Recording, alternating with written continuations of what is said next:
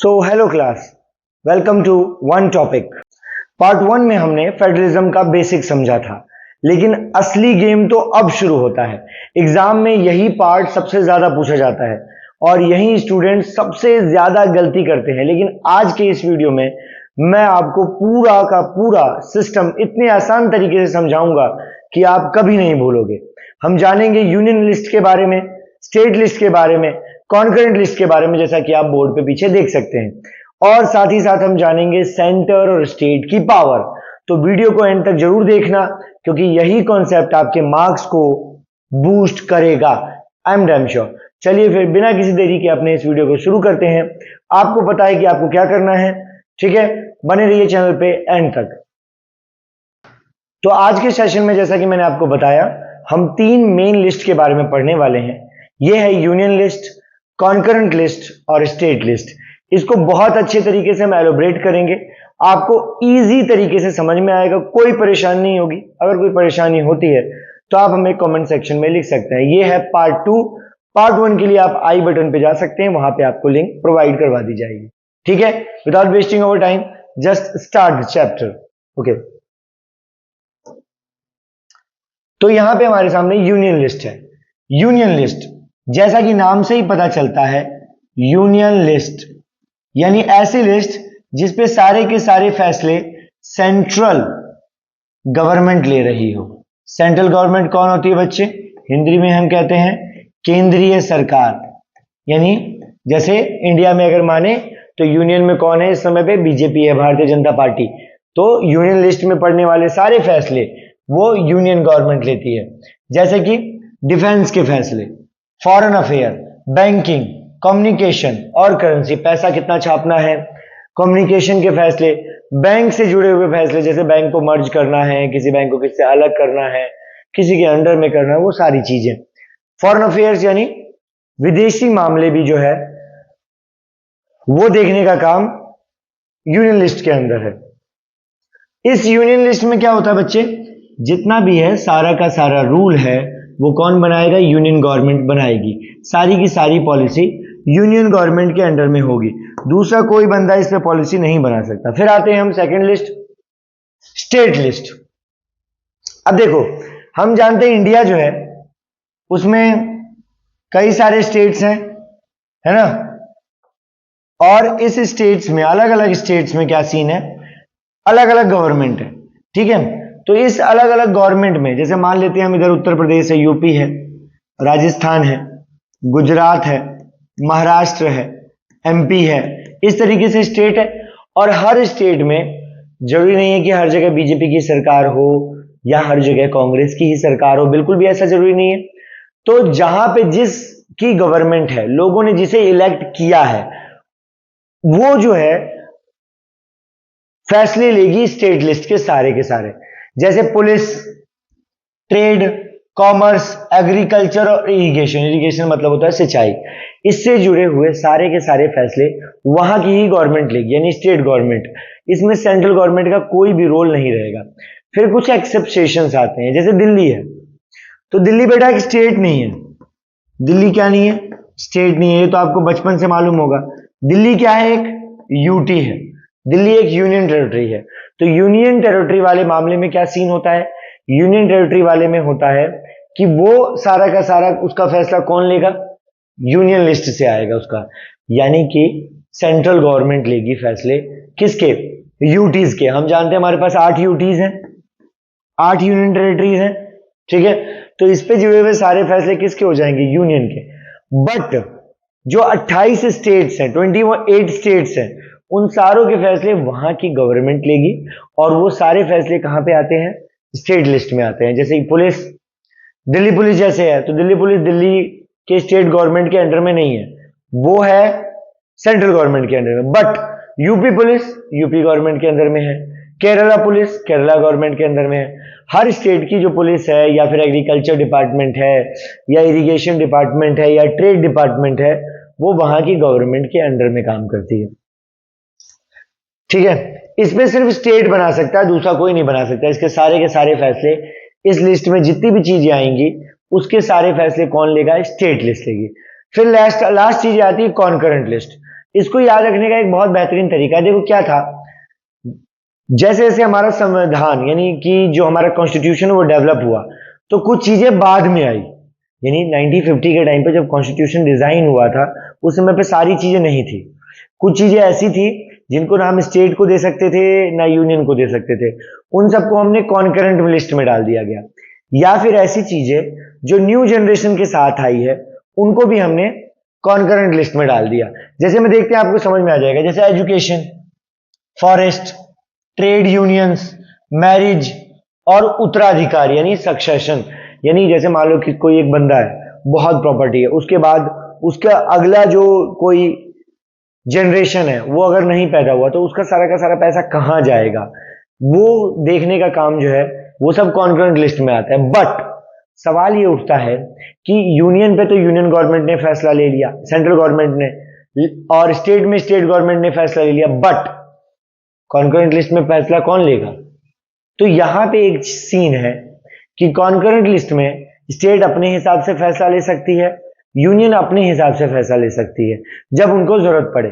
जैसे कि आपने देखा है CBSE, central board of secondary education, ये सेंट्रल का बोर्ड है। पर यूपी बोर्ड सुना होगा आपने, कर्नाटका बोर्ड सुना होगा, हिमाचल बोर्ड सुना होगा, ये सब अलग अलग बोर्ड के पेपर लेती है। अब आपका मन करे तो आप सीबीएसई से, जैसे मान लीजिए आप यूपी उत्तर प्रदेश में रहते हैं, या आप मध्य प्रदेश में, झारखंड में, कहीं से आप हैं, तो आपके ऊपर डिपेंड करता है कि आप कौन से बोर्ड का पेपर देना चाहते हैं। आप सीबीएसई का देना चाहो तो वहां की गवर्नमेंट आपको प्रेशराइज नहीं करेगी, नहीं बेटे तू सीबीएसई मत दे, तू हमारा बोर्ड दे, नहीं, ऐसा सीन बिल्कुल भी नहीं है। ठीक है, उस पर फैसले दोनों के होते हैं। ठीक है, ट्रेड यूनियन, हर जगह पे ट्रेड यूनियंस बनते हैं, जैसे कि वर्कर्स की देखभाल के लिए, है ना, कोई लेबर यूनियन बना दिया, या कोई मतलब डॉक्टर का यूनियन बना दिया। इस तरीके की यूनियंस जो होते हैं वो सब कॉन्करेंट लिस्ट में आते हैं। लेकिन एक बात आपको जो ध्यान रखनी है वो बात ये है कि कॉन्करेंट लिस्ट पे फैसले बेशक लें, लेकिन आखिरी फैसला जो होता है वो यूनियन का होता है। यूनियन लिस्ट सेंट्रल गवर्नमेंट ही कॉन्करेंट पे जुड़े हुए सारे फैसले देखती है। फाइनल डिसीजन, मान लो किसी भी कारण से कोई डिस्प्यूट हो गया, कोई झगड़ा हो गया, कुछ भी ऐसा हो गया, तो उस दौरान क्या होगा? स्टेट गवर्नमेंट अगर कहती है नहीं मैं ये वाला लॉ चलाऊंगी, जैसे मैंने अभी बोर्ड के पेपर की बात बताई, कर्नाटका बोर्ड है ना, उत्तर प्रदेश बोर्ड है। अब कर्नाटका बोर्ड ये कहे कि नहीं नहीं मैं तो सीबीएसई अपने आगे बच्चों को लेने ही नहीं दूंगी, तो ऐसे टाइम पे जो आखिरी फैसला होगा वो सेंट्रल गवर्नमेंट का होगा। इसी तरीके से जितनी भी चीजें हैं, कॉन्करेंट लिस्ट की जितनी भी चीजें हैं, उस सब पे फैसला कौन ले रहा है? उस सब पे फैसला लेगा आखिरी फैसला, द लास्ट डिसीजन कौन है? यूनियन गवर्नमेंट है, यानी सेंट्रल गवर्नमेंट है। ठीक है, उम्मीद है समझ आ गया होगा। इस देखो सीधी सी बात है, यूनियन मतलब इस लिस्ट में जितनी चीजें होंगी उस पर फैसला करेगा सेंट्रल गवर्नमेंट, इस वाले में जितनी होगी वो स्टेट गवर्नमेंट, उस पर दोनों मिलकर करेंगे, पर आखिरी फैसला सेंट्रल गवर्नमेंट का होगा। ठीक है, ज्यादा नहीं पकना इसमें, बहुत ईजी है। आगे बढ़ते हैं, फिर आते हैं प्यारे बच्चे कुछ अनोखे पावर्स, बचे खुचे पावर्स। बचे खुचे पावर्स, ऐसे पावर्स जो जिन्हें हम कहते हैं residuary, residuary powers, residuary subjects.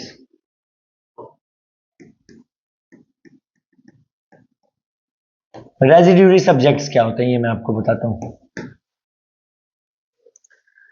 जैसे कि कुछ ऐसे टॉपिक होते हैं जो ना आपके स्टेट लिस्ट में है, ना कॉन्करेंट लिस्ट में है, ना यूनियन लिस्ट में है, यानी वो लेटेस्ट आए हैं। अभी मैंने बताया ना कुछ चीजें लेटेस्ट भी होती हैं, जैसे एआई वगैरह जैसे चीजें आ गई और इससे क्राइम बढ़ने लग गया, तो फैसला कौन लेगा? दिक्कत हो जाएगी ना। तो ऐसी चीजों पे फैसले जो हैं, ऐसे सब्जेक्ट्स जो इन तीनों लिस्ट में नहीं है, उनको रेजिड्यूरी लिस्ट में रखते हैं। ठीक है, इस पे सारे के सारे फैसले जो है वो यूनियन गवर्नमेंट करेगी। जैसे मान लो कंप्यूटर सॉफ्टवेयर है,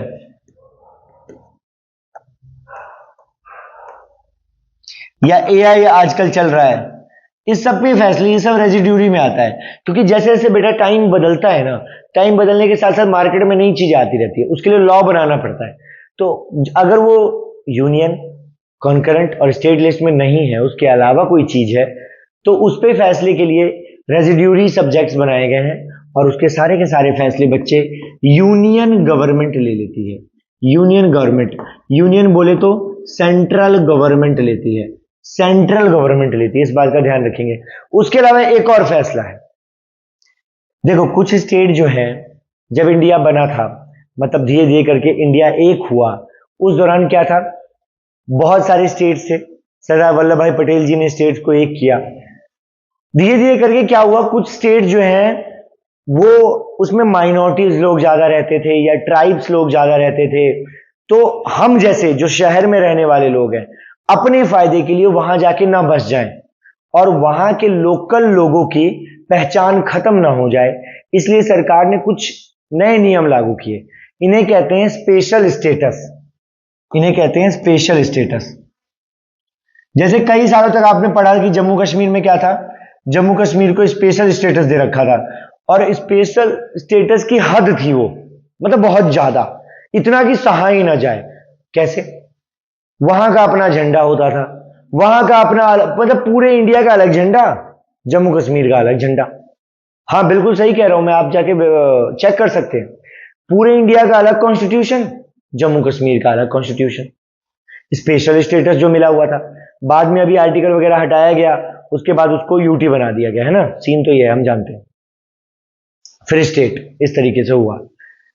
अभी सीन क्या है कि कुछ ऐसे स्टेट होते हैं जिनको इसीलिए स्पेशल स्टेटस दिया जाता है ताकि वहां की ट्राइब्स है ना, वहां के जो वेजिटेशंस है उनको खतरा ना पहुंचे, ठीक है। इसलिए स्पेशल स्टेटस के लिए आर्टिकल कौन सा लगता है, आर्टिकल लगता है 371, आर्टिकल 371। आर्टिकल 371 क्या कहता है, किसी भी स्टेट को स्पेशल स्टेटस देना। तो इस स्पेशल स्टेटस में होता क्या है, इस स्पेशल स्टेटस में होता है कि उस स्टेट की सरकार जो है वो ये फैसले ले सकती है कि हम अपने यहां के लोगों को इंडिजेनियस पीपल, इंडिजेनियस पीपल का मतलब होता है उस जगह पे बहुत पहले से रहने वाले लोग जो वहीं पैदा हुए, उनके पूर्वज वहीं पैदा हुए, उन्हें इंडिजेनियस कहते हैं, ठीक है। तो ऐसे लोगों को प्रोटेक्शन देने के लिए, ऐसे सभ्यता कल्चर को प्रोटेक्शन देने के लिए आर्टिकल 371 यानी स्पेशल स्टेटस का उस राज्य को दर्जा दिया गया। यानी मेरे जैसा बंदा अगर नागालैंड में चाहे जाके जमीन नहीं खरीद सकता, क्योंकि अपन दिल्ली के बंदे है ना, वहां जाके नहीं खरीद सकते हैं अपन, क्योंकि वहां हम जाके बसने लग जाएंगे तो वहां के लोगों का जो बेसिक चीजें हैं, जो वहां के रिसोर्सेज है वो कम पड़ जाएंगे या उन्हें हम नुकसान पहुंचा सकते हैं। तो ऐसे राज्यों को स्पेशल स्टेटस का दर्जा दिया जाता है, ठीक है। उसके अलावा थोड़ी देर पहले मैंने आपको बताया, आपको ध्यान रखना है स्पेशल स्टेटस कैसे कैसे मिला, तो आपको मैं एक ट्रिक बता देता हूं, ट्रिक बता देता हूं, उससे आपको ध्यान रहेगा। आपको एक ट्रिक ध्यान रखनी है, किसकी ट्रिक है ये ट्रिक है ऐसे स्टेट्स की जिन्हें स्पेशल स्टेटस मिला हुआ है, जिन पे आर्टिकल 371 काम करता है, जिन पे आर्टिकल 371 काम करता है, स्पेशल स्टेटस, इन स्टेट्स को स्पेशल करेंगे। इसके लिए आपके पास एक ट्रिक है MANA, माना, जैसे हम कहते हैं ना मान लो, तो वैसे ही माना। माने में क्या है, अपने पास M से मिजोरम, मिजो लिख देता हूं मैं इसे, A से अपने पास है अरुणाचल, ठीक है, N से अपने पास नागालैंड और A से है आसाम। अच्छा फिर बच्चों ये सवाल आता है कि क्या सिर्फ इतने ही स्टेट को स्पेशल स्टेटस का दर्जा मिला हुआ है, तो जवाब है नहीं, 2-3 और स्टेट है, लेकिन आपको ज्यादा नाम याद रखने की जरूरत नहीं है, आपके में इतना ज्यादा नहीं पूछा जाएगा, बिल्कुल भी नहीं पूछा जाएगा। आपको बस ये याद रखना है कि किन, जब आप स्पेशल स्टेटस के बारे में लिखोगे तो उस दौरान जब आर्टिकल 371 को थोड़ा सा और पेज भरना है तो आप ये माना से याद रख लोगे कि स्पेशल स्टेटस में एग्जाम्पल के रूप में इन स्टेट्स को मिलता है, ठीक है। तो माना में M से मिजो, A से अरुणाचल, N से नागालैंड और A से आसाम, ये ज्यादातर नॉर्थ ईस्ट के स्टेट्स हैं, इनको राइट्स मिले हुए हैं अपने कल्चर को बचाने का। उसके अलावा बालक मैंने बताया था थोड़ी देर पहले जस्ट कि कहीं कहीं पे कुछ रूल्स लागू नहीं होते हैं, जैसे जितने भी यूटी हैं, क्योंकि यूटी स्टेट नहीं होते हैं, पहली बात तो वो एरिया में छोटे हैं, एरिया में छोटे होने की वजह से उन्हें सेंट्रल गवर्नमेंट के हाथ में दे दिया गया है, ठीक है।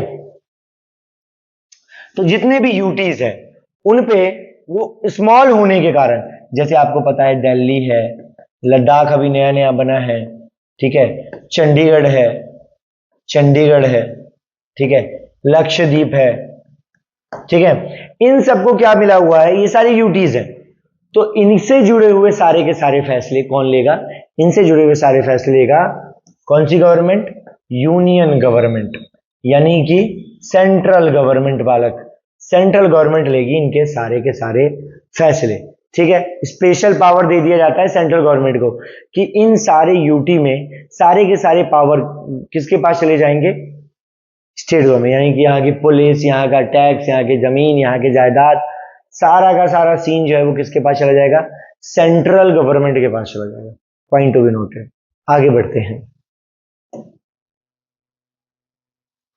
फिर अगला सवाल, can power sharing B change easily, क्या पावर शेयरिंग को बदला जा सकता है?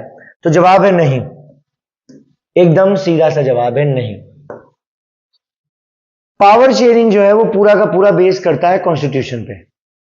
पार्लियामेंट, मतलब पार्लियामेंट जानते हो आप, पार्लियामेंट बता देता हूं मैं, पार्लियामेंट बता देता हूं आपको, ठीक है, पार्लियामेंट बता देता हूं, समझ में आ जाएगा पार्लियामेंट क्या होता है। देखो पार्लियामेंट है, ये पार्लियामेंट है, ठीक है। पार्लियामेंट के दो पार्ट है, एक है लोकसभा और एक है राज्यसभा। ये तो आपको बचपन से मालूम होगा शायद। तो पार्लियामेंट के अकेले बस की नहीं है कि वो कॉन्स्टिट्यूशन में चेंज कर दे, बहुत सारे लोगों से सलाह लेनी पड़ती है। जैसे कि ये मान लो कि कोई रूल आ रहा है, एक नया रूल, जैसे मान लेते हैं हम कहते हैं कि 10th के बच्चों को लैपटॉप बंटवा दे गवर्नमेंट, या कोई भी ऐसा रूल है, तो चलो बहुत सस्ता सा रूल है, कोई भी ऐसा रूल बना दे जिससे लोगों को प्रॉब्लम हो, तो क्या होगा कि वो दोनों हाउस में जाएगा, लोकसभा और राज्यसभा में, दोनों में जाएगा। वहां जितने भी लोग बैठे हुए, जैसे 243 और 545 मेंबर्स ऐसे करके हैं कुछ लगभग लगभग। अब पहले इसमें गया तो यहां के 2/3 मेंबर्स, यानी इसको 2/3 से मल्टीप्लाई कर दो, कितना आएगा, 3 8 24, लगभग 182 के आसपास मेंबर्स इधर से। और यहां पे अगर मैं कहूं, और यहां पे इतने मेंबर्स, इन दोनों जगहों पे इतने इतने मेंबर्स, अगर इस बिल को जो मैं बिल लेके आया हूं उसको अगर पास कर देती है, तभी उस पर नया रूल बनेगा। अगर इससे एक भी कम हो गया ना, एक भी सिंगल भी, नहीं भाई, बिल पास नहीं होगा। जो करना है वो कर लो, बिल पास नहीं होगा, ठीक है। फिर रेटिफाइड, उसके बाद सिर्फ यही नहीं, इसके आगे भी सारे स्टेट के पास जाएगा। हमारे 28 स्टेट्स हैं, सबके पास जाएगा ये बिल। मान लो यहां पास भी हो गया, लो पास कर दिया इस बिल को, उसके बाद जाएगा सारे स्टेट्स के पास। सारे स्टेट्स में क्या होते हैं बच्चे, स्टेट के लेजिस्लेचर, राज्य की विधानसभाएं होती हैं। एमएलए का चुनाव होता है ना, एमएलए लोग बैठते हैं यहां पे।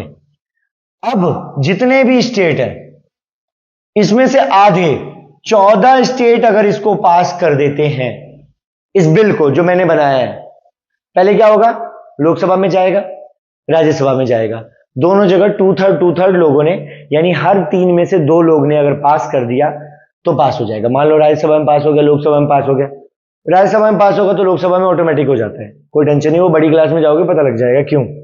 फिर स्टेट में जाएगा, टोटल 28 स्टेट्स है, उसमें से अगर 14 स्टेट्स ने पास कर दिया तो इस पे बन जाएगा कानून, इस पे रूल बनना शुरू हो जाएगा, ठीक है, इस पे अमेंडमेंट होगा, रूल बनना शुरू हो जाएगा।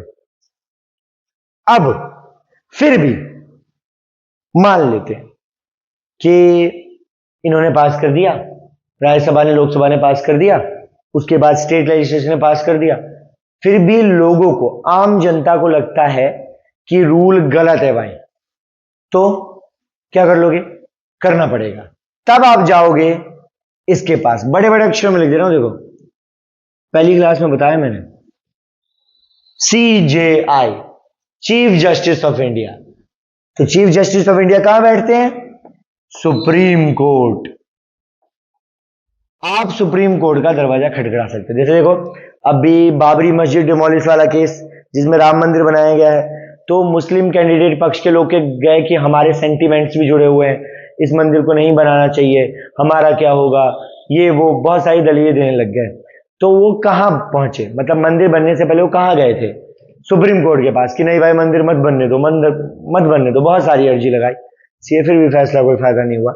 तो सुप्रीम कोर्ट और हाई कोर्ट कॉन्स्टिट्यूशन को देखता है और ये अंपायर का काम करते हैं कि कभी इनमें आपस में दिक्कत आ गई, कोई टेंशन वेंशन का विषय हुआ, कोई दादागिरी वाला सीन हुआ, तो अपना जो सीजीआई वाला भाई है ना, ये सारे मसले को हल कर देगा एकदम चटपट फटाफट, लक्ष्मी जी घर के अंदर, वो वाला सीन हो जाएगा।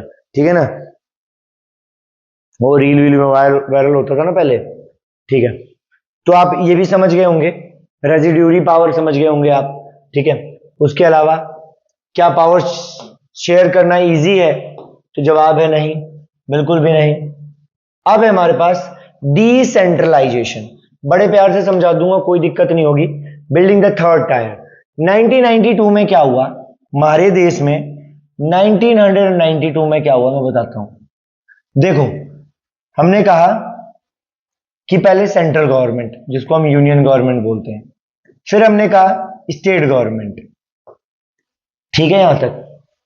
उसके बाद क्या हुआ कि जो आम लोकल लोग थे उन्होंने कहा यार हमें अपनी समस्या सुलझानी हो, पानी की समस्या, नाली की समस्या, गांव में कोई लड़ाई झगड़े हो गए है ना, जमीन जायदाद का कुछ सीन हो गया, उस टाइम पे क्या हम सीएम के पास जाएंगे बार बार भागते हुए, या अपने गांव से 10 किलोमीटर 50 किलोमीटर दूर कोर्ट जाएंगे? क्यों, हम क्यों जाएं? तो ऐसे लोगों को फैसिलिटी प्रोवाइड करने के लिए, ताकि आम लोगों को भी सुविधा मिल सके, इसलिए एक तीसरी गवर्नमेंट की स्थापना की गई जिसे कहते हैं पंचायत, गांव में, और म्युनिसिपल कॉर्पोरेशन शहरों में।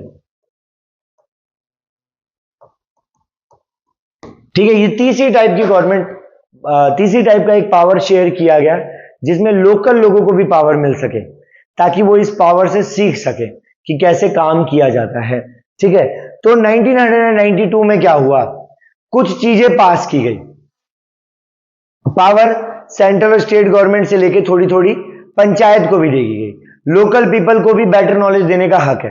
तो यहां पे 1992 में और भी बहुत सारे काम हुए, इसको आप MRWSF से याद रखोगे।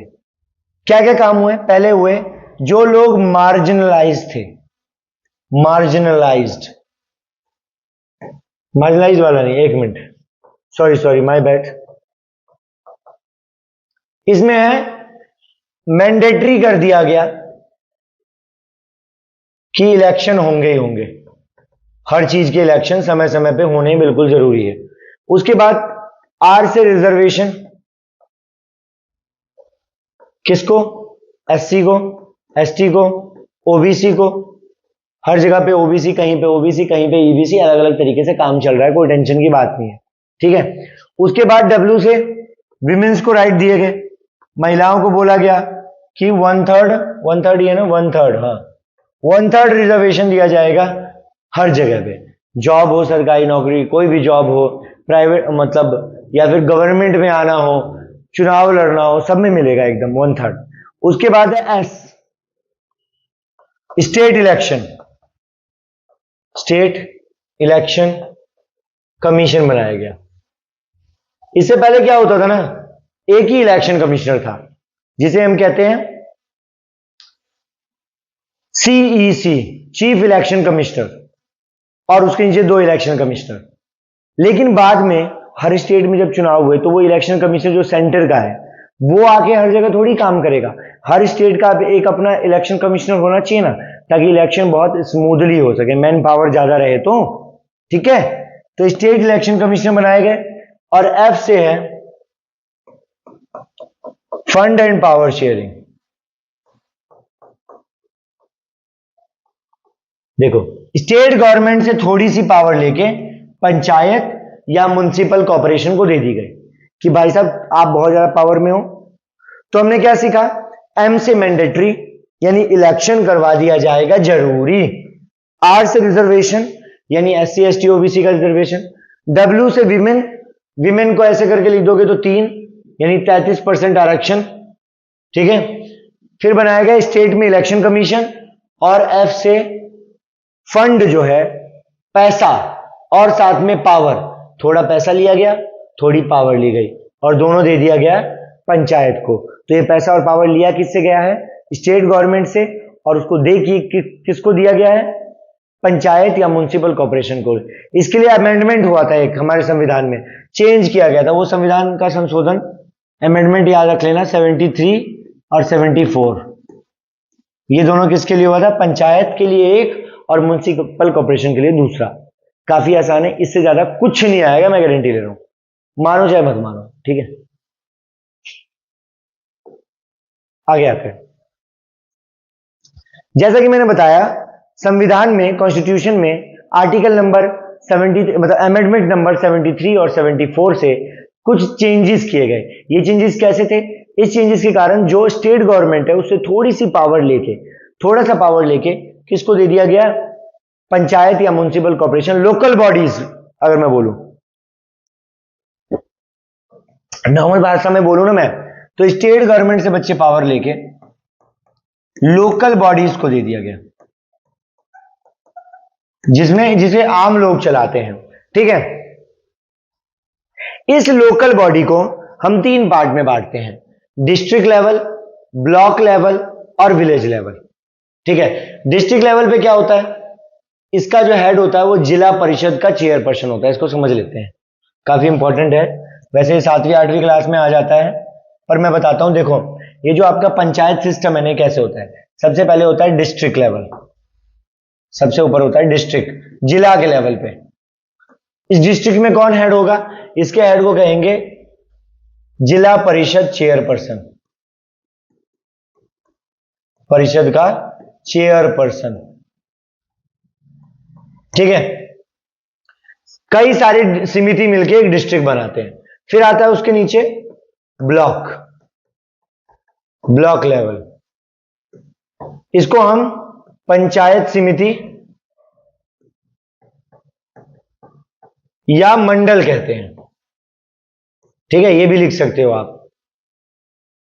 छोटी छोटी ग्राम पंचायतें मिलके ना, अलग अलग ग्राम पंचायत मिलके, छोटी छोटी अलग अलग ग्राम पंचायत मिलके ब्लॉक बनाती है, ठीक है। उस ब्लॉक को आप पंचायत समिति कह लो या मंडल कह लो।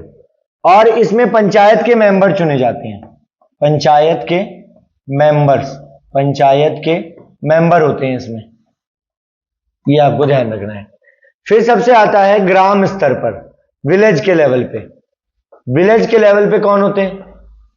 विलेज के लेवल पे होते हैं बच्चे वार्ड मेंबर, वार्ड मेंबर, ठीक है।